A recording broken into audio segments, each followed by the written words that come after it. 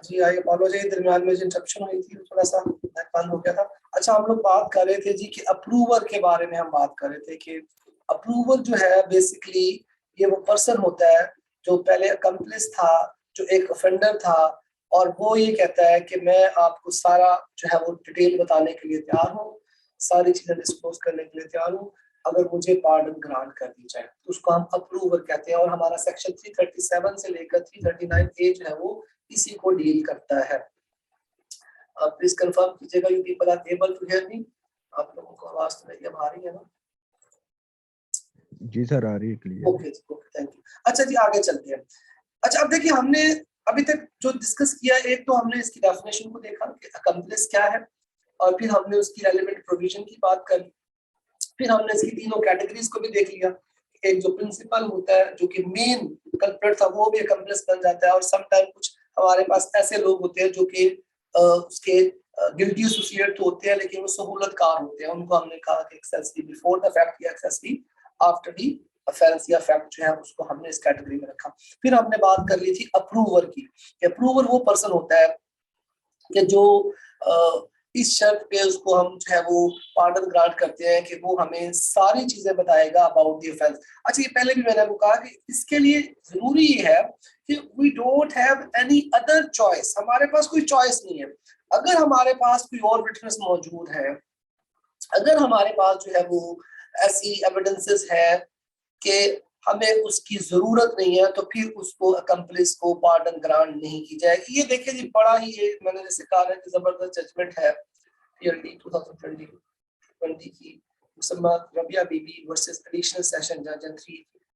ये case law मैं आपके साथ शेयर करूंगा। ये आप सब लोगों ने इस केस लॉ को पूरा पढ़ना है। अगर आप अकम्प्लिस को समझना चाहते हैं ना, तो ये केस लॉ अकेला ही आपको पूरी जजमेंट, पूरा जो टॉपिक समझा देगा। यानी इसके अंदर हर चीज को डिस्कस किया गया। फैक्ट इसके ये है कि एक मर्डर हो रहा है, और उस मर्डर में जो खातून है वो और उसका बच्चा जो है, उसके हस्बैंड तीनों साथ है, तो हस्बैंड का मर्डर हो जाता है। अब क्या है कि बाद में वो जो खातून है उसका नाम भी उस केस में जो है वो आ जाता है कि वो भी इसमें इंक्लूड थी, वो भी इस मर्डर को करने में शामिल थी। ठीक है जी। ड्यूरिंग द इन्वेस्टिगेशन जाके पता चलता है कि yes she was also involve. अब यहाँ पे वो खातून जो है एज ए अकम्प्लिस जो है वो पार्डन के लिए एप्लीकेशन देती है, कि जो यहाँ पे सेशन जज साहब है, और वो उसको रिजेक्ट कर देती है। ठीक है, ये इसके मैंने जल्दी से आपको फैक्ट्स बता दिए इस केस के।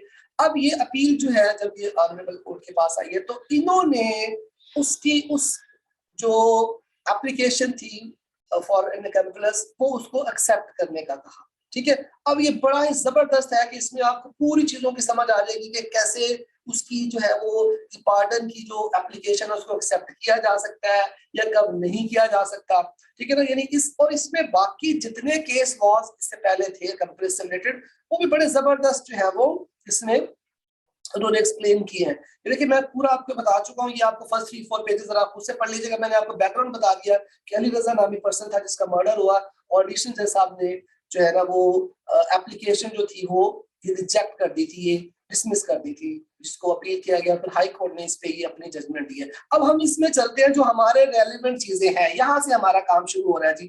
कि सबसे पहले तो देखिए कि क्या जो अकम्प्लिस है उसको कोई पैरामीटर्स है हमारे पास, क्या हमारे पास कोई अकम्प्लिस को एक्सप्लेन करने के लिए, अकम्प्लिस की डेफिनेशन के लिए कोई ऐसी चीजें मौजूद हैं जिनकी बेस पे हम उसको डिसाइड करेंगे कि यहाँ पे अकम्प्लिस ये होना भी चाहिए नहीं होना चाहिए। ये इन्होंने बड़ा जबरदस्त तरीके से डिस्कशन किया। सबसे पहले तो यहाँ से देखिए कि इन्होंने बताया कि QSO ने हमें बताया है कि अकम्प्लिस कौन होता है। ठीक है जी, ये जजमेंट में इन्होंने किया है कि आर्टिकल 16 ऑफ QSO एक्सप्रेस करता है कि अकम्प्लिस जो है वो एक कॉम्पिटेंट विटनेस भी होता है। ठीक है, ये आर्टिकल 16 यहाँ पे आ गया। An accomplice shall be a competent witness against an accused person except in the case of an offense punishable with death and conviction is not illegal merely because it proceed upon the corporation।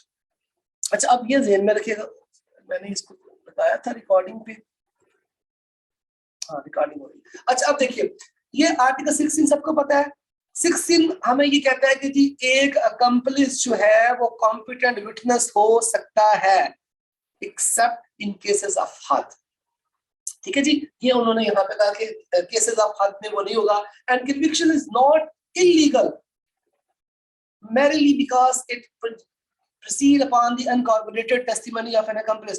ये देखिए इन्होंने तो यहाँ पे ये भी क्या किया कि उसकी जो कॉर्पोरेशन की भी जरूरत नहीं है, उसको ऑथेंटिफाई करने की जरूरत नहीं है, उसकी जो वो जो एक हम क्रॉस चेक करते हैं वो भी जरूरत नहीं है। अकम्प्लिस की स्टेटमेंट पे, उसकी एविडेंस पे जो है वो पनिशमेंट ग्रांट की जा सकती है, और वो जो पनिशमेंट होगी इलीगल नहीं होगी। यहाँ से इन्होंने शुरू किया। अब आगे चलते हैं।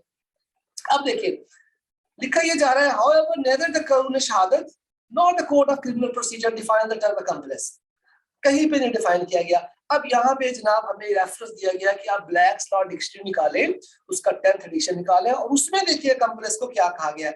someone who is in any way involved with another in the commission of a crime whether as a principal in the first or second degree or as an accessory, ये जो भी हम डिस्कस करके आए हैं वो हो सकता है। और दूसरा someone who knowingly, voluntarily and intentionally unites with the principal offender in committing a crime, ठीक है, and thereby become punishable for it। ये दोनों कैटेगरीज को उसने इस तरह से बता दिया। एक तो वो जो प्रिंसिपल था जो फर्स्ट कैटेगरी में आ गया, और दूसरा जो उसकी हेल्प कर रहा है जिसको पता है कि क्राइम होना है। देखिए ना बड़ा जबरदस्त बताया, इंटेंशनली, उसकी इंटेंशन थी, अगर इंटेंशन नहीं थी तो फिर वो अकम्प्लिस नहीं होगा। फिर आगे एक और जगह पे इसको डिफाइन किया गया, ये corpus juris, इसमें देखिए the various definition of accomplice all convey the same idea, which is that an accomplice is one who is concerned with other in the commission of a crime, is an associate in crime, or a particle of a guilty, one who aids or assists। ये बहुत जबरदस्त definition जो है यहाँ पे इन्होंने इसकी accomplice की बताई है। यानी ये अगर देखा जाए तो ये पूरा पैराग्राफ अगर आप पढ़ेंगे तो आपको अकम्प्लिस के मीनिंग की अंडरस्टैंडिंग हो जाएगी कि अकम्प्लिस बेसिकली होता क्या है। अच्छा आगे चलते हैं, टाइम के हमारे पास शॉर्ट है। अब देखिए इसका जो यूज किया जा रहा है, इसकी जो उन्होंने रेफरेंस बताया कि जुल्फकार अली भुट्टो केस में जो ये हुआ था, Zulfikar Ali Bhutto versus state PLD 1979 में, जिसमें जो है अकम्प्लिस की गवाही पे अकम्प्लिस को जिसको वादा माफ गवाह बनाया गया था उसके बेस पे जो है वो कन्विक्शन हुई थी। ये इसका एक आपके पास केस ला और भी आगे चलते हैं। मैं इसमें कुछ और पॉइंट डिस्कस करना चाह रहा हूँ। अब देखिए यहाँ पे अब ये पॉइंट तो आ गया, अकम्प्लिस क्या हो गया, गिल्टी एसोसिएट हो गया। पहला पॉइंट तो ये है, ये हमें इस केस से पता चला कि वो उसके अंदर गिल्टी एसोसिएट होना चाहिए। अगर वो गिल्टी माइंड नहीं था, अगर उसकी वो गिल्ट इन्वॉल्व नहीं थी, वो अकम्प्लिस नहीं होगा। ये बात आपको यहाँ से क्लियर हो जानी चाहिए।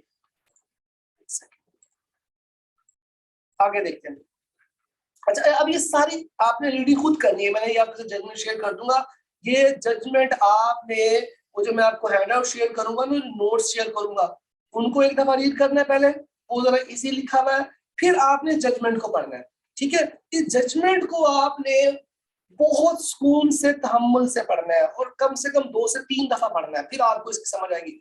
अब देखिए इन्होंने कहा from the above discussion it follow that an accomplice one of the accused person but he ceases to be so and becomes an approver when granted pardon। अब ये देख लीजिए जी, नंबर 10 पे हमें जो है उन्होंने बताया कि इसका मतलब है कि अकम्प्लिस तो वो पर्सन है जो क्राइम के अंदर तो था, लेकिन अब वो क्या बनना चाह रहा है जी, अब वो वादा माफ गवाह बनना चाह रहा है। और इसके लिए वो हमें कह रहा है कि अगर मुझे आप पार्डन ग्रांट कर दें, अगर आप मुझे माफ कर देंगे तो मैं सब कुछ देने के लिए, सब कुछ बताने के लिए यहाँ पे तैयार हूं। अभी आगे देखिए, statutory provision for the tender of the pardon set in the section 337 to 339 which are supplemented by the chapter 14 volume 3 of the Lahore High Court rules and order। ये सारी चीजें मैंने उसमें भी बताई हैं। ठीक है, अब जरा इनको देखते हैं कि 337 338 ये हमें क्या बता रही है। अच्छा 337 में हमें बताया गया है कि section 337 say that in the cases of any offense triable exclusively by the High Court or the Court of Session, where the offense is punishable with imprisonment which may extend to 10 years, or when the offense is punishable under section 211 PPC with imprisonment which may extend to 7 years, or where the offense falls within the ambit of section 216A, 369, 401, 435 or 477A, the officer in charge of the prosecution in the district। अब देखिए यहाँ से बात शुरू हो रही है, the officer in charge of the prosecution in the district may tender pardon to any person supposed to be directly or indirectly concerned in। कौन कर सकता है जी, कौन कर सकता है जी ये पार्डन के लिए, बताइए। सर प्रोसिक्यूटर, प्रोसिक्यूटर का इंचार्ज है prosecution, the officer in charge of the prosecution in the district may tender pardon to any person supposed to be directly or indirectly concerned in this। ठीक है, कि वो करेगा, उसको चाहिए कि वो इस चीज को जो है कोर्ट के सामने रखे कि जी इस पर्सन को हम पार्डन ग्रांट करना चाहते हैं, इस पर्सन को पार्डन दी जाए, क्योंकि ये हमें हमारे प्रोसिक्यूशन में हमारी हेल्प कर सकता है। कैसे? full and true disclosure of all the circumstances। ये देखिए, full and true disclosure of all the circumstances, ये हमें सब कुछ बताने के लिए तैयार है, ठीक है ना। और अगर लगे कि वो डिस्क्लोज नहीं कर रहा, वो फुली डिस्क्लोज नहीं कर रहा, तो फिर उसके अगेंस्ट कार्रवाई भी होती है, वो आगे बढ़ते हैं। अच्छा, लेकिन यहाँ पर इन्होंने जाके ना इस सेक्शन में आगे एक हमें यहाँ पे एक एक्सेप्शन भी दे दी है कि however this power cannot be exercised in offense of hurt or qatl without the permission of the victim as the case may be। ठीक है जी, कि कत्ल के केस में या हर्ट के केस में जो है वो ये नहीं कर पाएंगे। लेकिन ये जो केस हम डिस्कस कर रहे हैं ये तो मर्डर का केस है, ये तो कत्ल का केस है, ठीक है।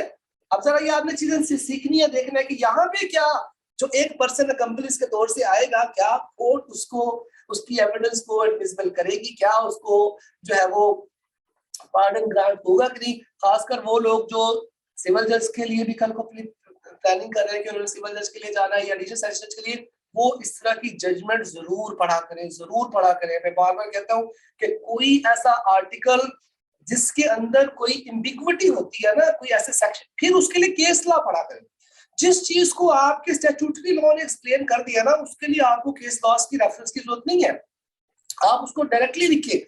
लेकिन कहीं भी अगर आपको लगता है कि इसको जो है स्टैट्यूट हमारा उस तरह से नहीं एक्सप्लेन कर पा रहा, उसके लिए केस लॉ पढ़ा करें। जैसे अकम्प्लिस के लिए 16 कहता है जी कि ठीक है, आप इसकी जो है ना ये कॉम्पिटेंट विटनेस है। आर्टिकल 129 भी हमें कहता है कि इसको चेक करो, इसके ऊपर ट्रस्ट मत करो, ठीक है। ये इसका जो ये अनवर्दी ऑफ ट्रस्ट है, इसके ऊपर ट्रस्ट किया ही नहीं जा सकता अकम्प्लिस के, वो 129 हमें कहता है 29 भी। तो अब आर्टिकल 16 को फॉलो करें या 129 बी को देखें। फिर इस तरह से आपका आर्टिकल 43 हमें कहता है कि अगर कोई पर्सन कन्फेस कर लेता है जो कि को अक्यूज था, उसकी कन्फेशन सिर्फ उसी के लिए इस्तेमाल होनी चाहिए, बाकियों के लिए तो वो सर्कमस्टेंशियल एविडेंस हो जाएगी। तो फिर आप उसकी उस कन्फेशन पे दूसरों को क्यों सजा दे रहे हैं? मेरा पॉइंट समझ आ रहा है आपको? यानी ये तीन चीजें आ गई ना, आर्टिकल 16 आ गया, ठीक है, जो कहता है कि सिर्फ उसकी गवाही पे आप सजा दे रहे हैं। आर्टिकल 129 बी आ गया कि नहीं, चेक करना चाहिए अकम्प्लिस की, आपको जब तक आपको चेकिंग लॉ कोर्ट को प्रिज्यूम करना चाहिए कि वो उसके ऊपर आप ट्रस्ट नहीं कर सकते। और जो 43 हमें कह रहा है कि अगर जॉइंट अक्यूज थे और उनमें से एक अक्यूज जो है वो कन्फेशन करता है, तो उसकी कन्फेशन सिर्फ उसके अगेंस्ट यूज होनी चाहिए, बाकियों के लिए नहीं होनी चाहिए। बाकियों के लिए वो सर्कमस्टेंशियल एविडेंस हो जाती है और उसमें सजा होने के चांस कम होते हैं, ठीक है जी। तो इसलिए मैं कहता हूं कि ऐसी चीजों को आप केस लॉ से अंडरस्टैंड किया करें जी। यहाँ पे कोई पूछना चाह रहे थे जी, क्या क्वेश्चन था जी, प्लीज पूछिए। ये मैसेज किसने किया? सर आर्टिकल 16 कहते हैं कि कोरोबोरेशन की जरूरत नहीं है, जरूरत नहीं है, बिल्कुल, हाँ जी। लेकिन 43 में हम कहते हैं ये सर्कमस्टेंशियल एविडेंस के तौर पर हम यूज करेंगे। सर्कमस्टेंशियल एविडेंस होगी तो कोरोबोरेशन तो होगी ना, वो तो नहीं है ये नहीं, लेकिन उसमें जो मेन पॉइंट तो समझो यार, वो ये कहते हैं कि ये सिर्फ उसी ऑफेंडर के अगेंस्ट यूज हो सकती है जिस पर्सन ने किया है, दूसरों के लिए इसकी कोई वैल्यू नहीं है। कन्फेशन तो एक बंदा कर रहा है कि हाँ मैंने क्राइम किया है, ओके सर, ठीक वो कहता है मैंने क्राइम किया तो उसके अगेंस्ट यूज करो, बाकियों के अगेंस्ट क्यों कर रहे हैं, ठीक है ना। तो इसलिए ये केस लॉ फिर आपको ज्यादा ऐसी एम्बिग्विटी को, ऐसे कंफ्यूजन को आपको केस लॉ ज्यादा अच्छे तरीके से जो है वो क्लियर कर देगा। देखिए मैंने अभी तक हमारा चौथा लेसन है, मेरे ख्याल से पहले दफा मैंने आपको इस केस लॉ पे इतना एम्फसाइज किया है कि आपने इसको जरूर पढ़ना है, ठीक है ना। इतना मैंने वो कॉम्पिटेंसी ऑफ विटनेस के ऊपर नहीं था एम्फसाइज किया, लेकिन इसको आपने इस कंफ्यूजन को आपने अंडरस्टैंड करना है कि भाई अकम्प्लिस कौन होगा। अब 337 हमें ये बता रहा था कि यस हो सकता है, कौन करेगा जी? The officer in charge of the prosecution may tender pardon to any person, वो करेगा जी ग्रांट, और उसकी बेस पे फिर जो है वो सारे के सारे फैक्ट्स डिस्क्लोज करेगा, लेकिन हमें उसने एक शर्त रख दी कि हर्ट और कत्ल के केसेस में नहीं होंगे। हाँ, उसमें हो सकता है अगर उसके जो या वो जो विक्टिम खुद है या उसके जो लीगल हेयर्स है वो उसको अलाउ कर देते हैं, वो परमिशन दे देते हैं, फिर उसके पार्टनर की तरफ जाया जा सकता है। किसी को कंफ्यूजन आर्टिकल 16 129B का भी मैंने बता दिया कि उसमें कहा जाता है कि जो एक अकम्प्लिस होता है उसके ऊपर आपको ट्रस्ट नहीं करना चाहिए। देखिए 129B कहता है the court may presume the existence of any fact which is taken likely to have a regarding being at the common course of the natural events. इसका ये B है that an accomplice is unworthy of credit unless he is corroborated in material particulars. ये देखिए हमने इसने कहा। और 43 में हमने कहा था कि जनाब consideration of the proof confession affecting person making it and other jointly under the trial for the same offence when more person than one are being tried jointly for the same offence and a confession made by one of the such person is proved, such confession shall be proof against the person making it. सिर्फ उसी के against होगी जो इसको कर रहे हैं। ठीक है जी, समझ गए बात? अच्छा, अब यहाँ तक आई थिंक कोई कंफ्यूजन है तो मुझे बताइए, अदरवाइज फिर जजमेंट में वापस जाते हैं, क्योंकि मैंने ज्यादा टाइम आज आपके साथ जजमेंट पे बात करनी है। ये चीजें आपको काफी आपने पढ़ी होगी, किसी को कंफ्यूजन तो नहीं है? अब आगे चलते हैं जी। देखिए हमने यहाँ पे 337 को एक्सप्लेन कर दिया। अब 338 पे जाते हैं। Section 338 empowers the High Court and the Session Court trying a case to exercise similar power during the trial before the judgment is passed. लो जी, मेन पॉइंट आ गया। क्या कर सकते हैं जी? हाई कोर्ट और सेशन कोर्ट इस पावर को एक्सरसाइज कर सकते हैं जी ट्रायल के दौरान भी और जजमेंट के पास होने से पहले ये पॉइंट याद रखना है। ठीक है, वहां पे हमने कहा कि वो जो in charge of the prosecution department है वो कर सकता है, लेकिन यहाँ पे हम कह रहे हैं 338 हमें कहता है कि हाई कोर्ट और कोर्ट ऑफ सेशन भी कर सकते हैं before the judgment is pass, judgment pass होने से पहले। अच्छा, अब जरा ये 338 को भी रीड कर लेते हैं। Power to grant a tender of the pardon at any time before the judgment is passed, the High Court or the Court of Session trying the case may, with the view of the obtaining on the trial evidence of any person supposed to have been directly or indirectly concerned, any such offense, tender or order the officer in charge of the prosecution, the district, the tender. अब देखिए ये खुद कर सकते हैं और order the officer in charge of the prosecution, the district, to tender a pardon on the same condition to such person. वही पुराने वाली बात है, खुद से एक्सेप्ट कर ले या ऑफिसर को जो है वो कहा जाए कि आप इसकी पार्डन को एक्सेप्ट कीजिए। Provided no person shall be tendered pardon who is involved in offence relating to hurt और cut without permission of the victim as the case में भी। ये हम बात कर चुके हैं। तो 337 और 338 की भी आपको समझ आ गई।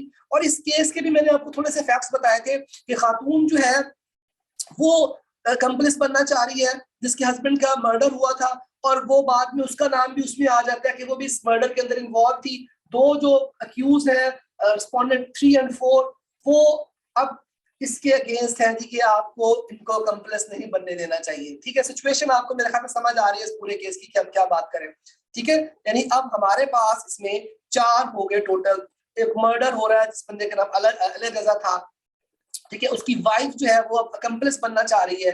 ठीक है, और जो एडिशनल सच साहब है उन्होंने उसकी इस कंप्लेस की जो एप्लीकेशन थी टेंडर पार्डन की वो उन्होंने डिसमिस कर दी थी। ठीक है जी। अच्छा, अब हाई कोर्ट में जब आ रहे हैं तो यहाँ पे इनको हाई कोर्ट को ये पता चलता है कि देखिए उसके जो विक्टिम है उनको कोई एतराज नहीं है, कि वो खातून कंप्लेस बन जाए। ठीक है जी। अच्छा, इसी तरह से जो प्रोसिक्यूशन है उसको भी इसमें कोई किसी किस्म की एतराज नहीं है कि वो इससे पार्डन, क्योंकि उनके पास और कोई अल्टरनेट नहीं है, उनके पास कोई और ऐसा सोर्स नहीं है, ऐसा कोई विटनेस नहीं है कि जिससे वो इन सारी चीजों को रिकवर करेंगे। ये भी आपने ज़हन में रखना। अब थोड़ा सा और आगे चलते हैं। देखिए आपने एक डिसीजन इसके अपने माइंड में बनाना है कि what should be the decision, क्या जजमेंट होनी चाहिए, इस जजमेंट का क्या रिजल्ट निकलेगा, ये आपने सोचना शुरू कर देना। इन सारी चीजों को सामने रखते हुए सारे आर्टिकल्स को वो जो हमने पढ़े हैं, ठीक है, आर्टिकल 16, 129B और 43 की भी हमने बात की है कन्फेशन वाली, और साथ में हमने सेक्शन 337 भी देख लिया और 338 भी देख लिया। वो हमें बता रहे हैं कि कौन इस चीज को ग्रांट कर सकता है, कौन उसको अप्रूवर की जो एप्लीकेशन, जो कंप्लेस की एप्लीकेशन आएगी वो उसको एक्सेप्ट करेगा। अच्छा, एक और भी याद रखिएगा कि इसमें हमने एक चीज देखनी है कि कोर्ट जो है या अदालत जो है या जो मजिस्ट्रेट है, जब तक प्रोसिक्यूशन ये नहीं समझती है, देखिए कर तो सकता है लेकिन कोर्ट को या मजिस्ट्रेट को इसमें पार्टी नहीं बनना चाहिए, ठीक है, क्योंकि अगर यहाँ पे अगर देखा जाए तो एक खातून है वो जो ये सारा इसमें, अब उसके जो कोई क्यूज है 3 और 4, वो ये कहते हैं कि आप इसको फेवर दे रहे हैं अगर आप इसको कंप्लिस बनाएंगे। उनका जो लॉयर है या जो एडवोकेट्स है वो ये कहते हैं कि आप इनको फेवर देने की कोशिश करेंगे अगर आप इसको कंप्लिस बनाएंगे। सिचुएशन ये थी। अच्छा, आगे थोड़ा सा इनको और डिस्कस करते हैं। अब ये भी एक केस लॉ है, ये बिल्कुल उसकी उन्होंने बताया कि जो स्पेशल जज होते हैं उसके बारे में क्या उन्होंने लिखा है, ठीक है। स्पेशल जजेस for grant of the pardon, it's rule that section 338 is enabling and its term are wider enough to enable a special judge to tender a pardon to any person who is supposed to have been directly or indirectly concerned, ठीक है। तो special जज भी जो है वो इसको इस्तेमाल कर सकते हैं। आगे चलते हैं, बड़ी लेंथी है लेकिन आपने इसको पढ़ना है। मैं अभी एक ओवरव्यू देना चाह रहा हूँ क्योंकि हमारे पास टाइम शॉर्ट सा होता है यहाँ पे। अब ये देखिए, आगे चलते हैं इसको, ये देखिए Article 16 of the QSO makes accomplice a competent prisoner. Article 129 provides a sort of the rider thereto. Well, it enacts that the court may presume that an accomplice is worthy of the credit unless he is corroborated in material particulars. Rule 5 of the Chapter 14, Volume 3 Court rule also stipulates that since the evidence of an approver being that of an accomplice is prima facie of a tainted character. अब ये देखिए कि उसकी तो आपको पता ही है कि ये तो है ही एक बंदा, इसका जो टेंटेड करैक्टर है, ये तो पहले इसका करैक्टर ठीक नहीं है और आप उसको एविडेंस देने के लिए बुला रहे हैं, उसको आप अलाउ कर रहे हैं कि वो एक विटनेस बन जाए, ठीक है। इसका मतलब है it should be scrutinized with utmost care and accept with caution, कि इसके लिए आपको बहुत ज्यादा एहतियात बरतनी पड़ेगी। ऐसे नहीं होगा कि आपके पास एप्लीकेशन आए और आप उसको एक्सेप्ट कर लें और उसको पार्डन ग्रांट कर दें। नो, इसके लिए आपको इसको स्क्रूटिनाइज करना है और बहुत एहतियात से करना है। As a matter of law, pure and simple, and conviction is not bad merely because it proceeds upon the incorporated testimony of an accomplice, but it has now become almost a universal rule that conviction should be based on the testimony of an accomplice unless it is corroborated in material particulars. अब जरा देखिए जी इस line को, यानी यहाँ से हमें पता चलता है कि जनाब हमें लाजमी करनी चाहिए उसकी जो अकम्प्लिस को जब तक कॉर्पोरेट ना किया जाए, हमें उसकी जो एविडेंस है उसको हमें नहीं मानना चाहिए, ठीक है। ये हमें बताया था कि अब ये यूनिवर्सल रूल बन चुका है कि हमें उसको जरूर चेक करना चाहिए, क्योंकि हमें पता चल गया कि एक बंदा तो पहले ही क्राइम में इन्वॉल्व है, आप उसके ऊपर कैसे ट्रस्ट कर सकते हैं। आगे चलते हैं। अच्छा, अब ये सारे केसेस यहाँ पे दिए गए हैं, अगर आप इसको मजीद रिसर्च करना चाहें तो ये आपको एक बड़ी डिटेल मिल जाएगी। इसमें सारे केसेस जो है वो दिए गए। अब इनमें दो चीजों पे बात की गई है, ये जो केसेस में आपके साथ, पहला the principle that an approver's testimony requires corporation. ये देखिए पहला इस चीज के ऊपर ये सारे केस ला है कि जी एक अप्रूवर की जो टेस्टिमनी है उसको कॉर्पोरेशन की जरूरत होती है, और इसको एक सीरीज ऑफ केसेस है, ये सारे केसेस में इसी बात को डिस्कस किया गया। ये पहला। और दूसरा चीज देखिए, on the other hand, the question of the nature and extent of the corporation. अब ये दूसरी चीज आ गई कि वो जो कॉर्पोरेशन किस तरह से होगी, उसकी नेचर क्या होगी, इसको इन केस लॉ में डिस्कस किया गया, ठीक है ना। आप इनमें से कोई सा एक दो केस लॉ जरूर अलग से वो भी रीड करने की कोशिश कीजिएगा, टाइम मिल जाए आपको वो भी मैं जजमेंट शेयर कर दूंगा। लेकिन ये जो केस है ये तो पढ़ना ही पढ़ना है, ठीक है जी। ये मियां मोहम्मद नवाज शरीफ का बड़ा मशहूर केस है 2009 का, ये भी आप इस जजमेंट को जरूर पढ़िएगा। तो दो चीजें आ गई, पहले कि जनाब उसकी जो ये कॉर्पोरेशन जो है प्रिंसिपल दैट रिक्वायर्ड कॉर्पोरेशन होनी चाहिए, इनमें डिस्कस हुआ है, और दूसरा है कि उसकी नेचर कैसी होनी चाहिए, वो इनमें डिस्कस हुआ है। The statement of the law can be deduced from these cases is that no straight jacket formula can be laid down to amount of the corporation, but it must be material particulars. अगर हम इन सारे cases को पढ़ें तो हमें पता ये चलता है कि कोई भाई फार्मूला फिक्स नहीं है, कोई फिक्स रूल नहीं है, बल्कि वो सारे का सारा मटेरियल पर्टिकुलर्स पे बेस करता है। आगे चलते हैं जी। अब अगर देखा जाए, हाँ जी, अब कंडीशन क्या है जी, he would make a full disclosure. Condition ये होनी चाहिए कि वो पूरी की पूरी चीजें बताएगा। The prover is bound to keep him is promised. If he fails to do so, and the public prosecutor certified that he has given false evidence or willfully concealed something as per section 339, he may be tried for the offense in respect of which the pardon was tendered and also for the perjury. अब ये देखिए, अगर उसने वो सारी चीजें disclose नहीं की हैं जिसके प्रॉमिस पे उसने ये पार्डन के लिए कहा था, अब उसको उस ऑफेंस की भी सजा मिलनी है जिसमें वो इन्वॉल्व था, और साथ में उसे पर्जरी के लिए भी जो है वो उसके ऊपर वो जो है वो ट्रायल चलेगा. सो ये रूल 7 आप चैप्टर 14 जो है मैं ये बता रहा हूँ. अब देखिए, अब हमने ये, अब इसके हम जजमेंट की तरफ जा रहे हैं. अब आपने से कोई बता सकते हैं कि क्या होना चाहिए? क्या ये एप्लीकेशन जो इसमें आपको क्या लग रहा है कि ये एप्लीकेशन जो है वो एक्सेप्ट होगी या नहीं होगी? आप लोगों में से अगर किसी ने पढ़ा है इसको, जी बता सकते हैं? आप क्या समझते हैं कि ये जो एप्लीकेशन है मुसम्मात, जी शाबाश, कोई और बताना चाहेगा? ये राबिया बीबी जी, it may be accepted or rejected. आपका क्या अभी तक एक्सेप्ट क्या समझ आएगा? सॉरी दोबारा बोलिएगा. सर मेरे ख्याल से ये अच्छा ओके ठीक है. चले अब एक थोड़ा सा और इसके केसेस के ना और थोड़ा आगे जाते हैं, इसको थोड़ा सा और देखते हैं, फिर और क्लियर हो जाएगा. केस लॉस पढ़ना शुरू कर दें जो सिविल जज और एडिशनल सेशन जज के एग्जाम दे रहे हैं, क्योंकि कल को अगर जज बनना है ना तो फिर ये केस लॉस ही आपको वहां पे एक अच्छा जज बना सकते हैं, क्योंकि स्टैट्यूटरी प्रोविजन तो आपको याद हो जानी है जब तक आपने जज बनना है. आगे चले जी. अच्छा अब हम देखते हैं, इसको आगे लेके जाते हैं, यहाँ तक हम पहुंच गए थे. अच्छा अब देखिए, हम ये बात कर रहे थे जी, अब उन्होंने कुछ और भी रेफरेंस दिए. अब ये फिर दोबारा से वो स्पेशल जज के बारे में भी बात की जा रही है. ठीक है, अब ये देखिए जी, ये जरा यहाँ से देखिए, ये हमने बात करते हैं, यहाँ पे चलते हैं जी. The supreme court further said the purpose course for the special जजेस to ask for a statement from the prosecution on the request of the prisoner. अब देखिए, क्योंकि हमने तो ये देखा है कि वो जज साहब ने रिजेक्ट किया ना, जज साहब ने डिसमिस किया, ठीक है ना, तो क्या जज साहब को डिसमिस करनी चाहिए थी? हम इसको भी देखेंगे. The proper course for the special judge is to ask for a statement from the prosecution on the request of the prisoner. तरीका तो क्या है कि prisoner जो है वो रिक्वेस्ट किसको करता है? प्रोसिक्यूशन को.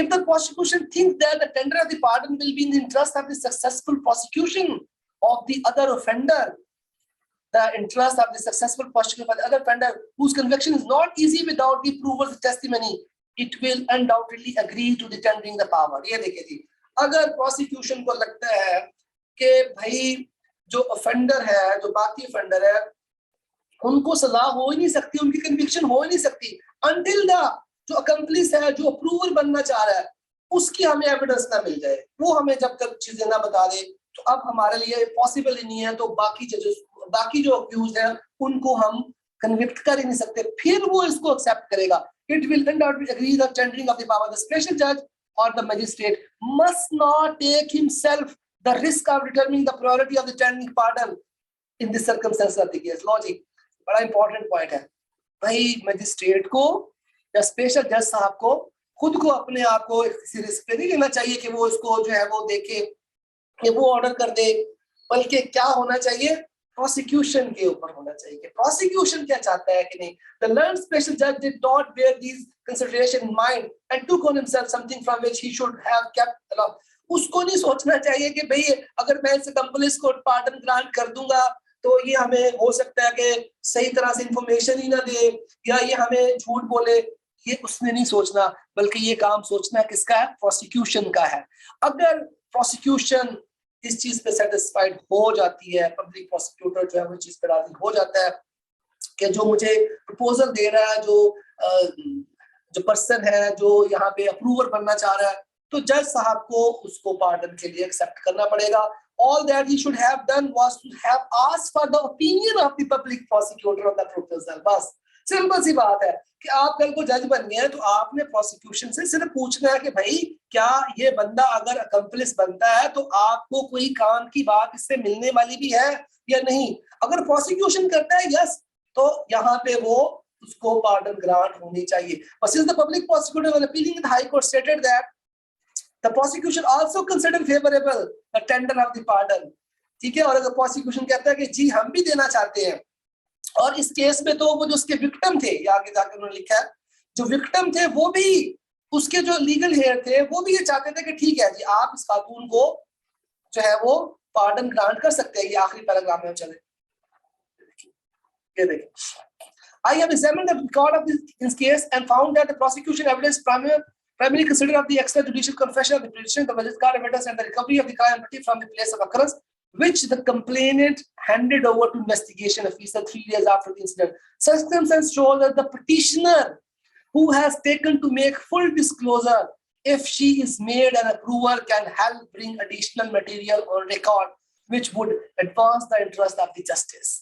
Since the state as well as their heir of the Ali Raza deceased are supporting this petition. ये ले जी, अब यहाँ पे अगर देखा जाए तो उसके जो लीगल हेयर्स है वो भी सपोर्ट कर रहे हैं, और वो जो प्रोसिक्यूशन भी सपोर्ट कर रहा है कि जनाब ये एडिशनल एविडेंसेस हमारे लिए ला सकती है। तो फिर क्या है जी, there is all the more reason that it should be accepted, इसको एक्सेप्ट कर लेना चाहिए। ठीक है जी, समझ गया। So petition जो थी बोला, one word more, jurisprudence well settled that co-accused have no right to object to tender of the pardon to their cohort because they have fully opportunity to exercise them.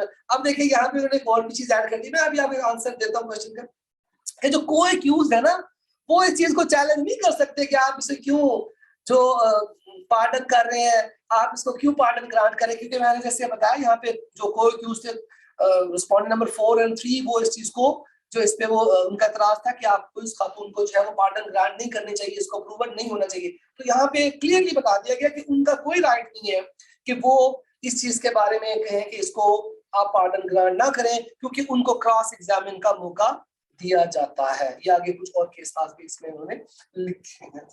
तो मेरे ख्याल से अब ये last from the for what has been discussed about this petition is accepted and the criminal order is set aside, the concerned officer in charge of the prosecution is directed to tender pardon to the petition subject to their condition. अब देखिए उसी officer in charge को कहा जा रहा है कि वो जनाब इसको आगे जो है वो लेके चलेगा, और किस चीज पे, true disclosure of all the circumstances within her knowledge relating to the qatl amd of Ali Raza deceased and every other person concerned with the commission of the said offense in any capacity, whether as principal or abettor. In the event of breach of this condition, the consequence stipulated in section 339 shall allow follow. अब देखिए कि इस शर्त पे उसको ये कहा जा रहा है कि वो जितने लोग हैं, जितने इसके साथ कंसर्न है, उन सब के बारे में वो बताएगी और वो सारी इंफॉर्मेशन जो है वो डिस्क्लोज करेगी। I think this judgment is fair enough to understand the concept of accomplice. ये मैं आप लोगों के साथ इस तरह के नोट्स हैंड आउट शेयर कर देता होता हूँ, ये भी आप लोगों ने रीड कर लीजिएगा, ये सारी उसकी एक डिटेल बताई हुई है। लेकिन आई विल रिकमेंड कि आप इस जजमेंट को पढ़ेंगे, आपने इस जजमेंट को 1 नहीं 2 से 3 दफा पढ़ना है और इसको अंडरस्टैंड करना है। इसके अंदर इतना कमाल जजमेंट में ये बताया गया ना कि आपको इंशाल्लाह ये अकम्प्लिस का टॉपिक भूलेगा नहीं, आपको ये इस तरह से एक्सप्लेन कर देंगे। आई थिंक इससे ज्यादा अच्छे नोट्स नहीं हो सकते, ये तो जजमेंट है ना, इन जजमेंट से अच्छे नोट्स मैं नहीं दे सकता।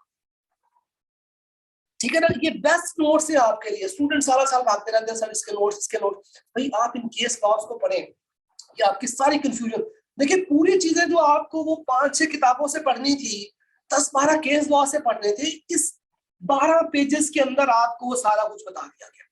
जी अब यहाँ पे क्वेश्चन पूछना चाह रहे थे, प्लीज बताइए। जी स्टूडेंट कोई क्वेश्चन था? अच्छा सर, जब अकम्प्लिस को पार्डन ग्रांट कर दिया जाता है तो उसका अल्टीमेट इफेक्ट क्या होता है? उसको बाद में एक्विट कर दिया जाता है? जी एक्विट किया जाएगा, बिल्कुल उसे एक्विट किया जाएगा जी, उसको एक्विट किया जाएगा। उसको इसीलिए तो ये सारी रियायत दी गई है। लेकिन अगर वो कहीं पे कंसील करेगा, अगर वो कहीं पे कंसील करता है, अगर कोई चीज वो डिस्क्लोज नहीं करता और प्रोसिक्यूशन को ये पता चल जाता है, देखिए असल में यहाँ पे अगर देखा जाए तो प्रोसिक्यूशन का बड़ा इंपॉर्टेंट रोल है कि प्रोसिक्यूशन इस चीज को मेक श्योर करेगा कि क्या उसने सारी चीजें बताई हैं और उसकी बेस पे जो मेन ऑफेंडर था, जो प्रिंसिपल ऑफेंडर था, उन सबको सजाएं हो चुकी है कि नहीं। अगर तो वो इससे सेटिस्फाइड होते हैं फिर उसको एक्विट कर दिया जाएगा, इसको छोड़ दिया जाएगा। इसीलिए तो इस पे एतराज भी होता है ना कि आप उस बंदे को भी छोड़ रहे हैं कि जो कि उसके साथ शामिल था। लेकिन हम यहाँ पे ये देख रहे हैं कि हमें असल में एक ऑफेंस को, एक क्राइम को उसके एंड तक पहुंचाना होता है, और उसके लिए हमें ये हेल्प करता है, ठीक है, ये अकम्प्लिस हमें उसमें हेल्प कर रहा होता है, मदद कर रहा होता है, इसलिए इसको जो है ये फेवर दी जाती है कि एक्विट कर दिया जाता है। जी एनी अदर स्टूडेंट, कोई और क्वेश्चन पूछना चाहिए? जी हसन अली, जी वालेकुम अस्सलाम हसन। अच्छा हसन एक मिनट, अगर आप लोग दोबारा ज्वाइन कर लें प्लीज, ये मीटिंग खत्म होने लगी है, तो ये हम लोग ना ये 1 मिनट इसका रह गया, तो आप लोग प्लीज दोबारा ज्वाइन कर लें सेम लिंक के साथ, फिर हम ये क्वेश्चन डिस्कस कर लेते हैं। वो लोग ज्वाइन कर लीजिएगा जिनके माइंड में कोई क्वेश्चंस है, अगर कुछ लोगों को कंफ्यूजन नहीं है दे में लीव, वो फिर लीव कर सकते हैं, ठीक है। जिनको कोई क्वेश्चन पूछने वो अभी दोबारा ज्वाइन कर लें। अल्लाह हाफिज जी, अपना ख्याल रखिए।